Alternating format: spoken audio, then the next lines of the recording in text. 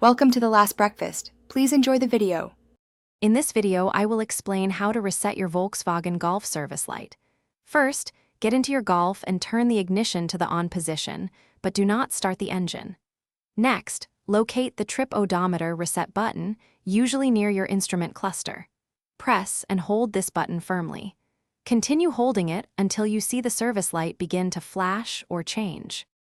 Once the service light starts flashing, you can release the trip odometer reset button.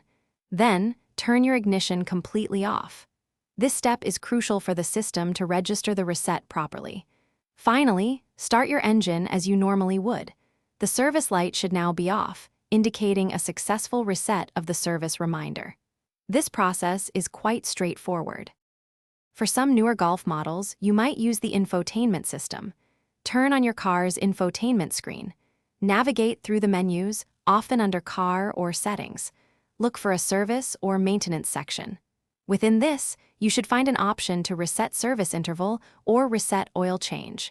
Confirm your selection to clear the light. Remember, resetting the light doesn't replace actual service. Always ensure you perform all scheduled maintenance for your Volkswagen Golf. Consult your owner's manual for the exact service intervals and procedures specific to your model. If the service light reappears quickly, it might indicate a deeper issue that needs professional attention, so don't ignore it. Thanks for watching. If this was helpful, leave a like and consider subscribing. See you next time.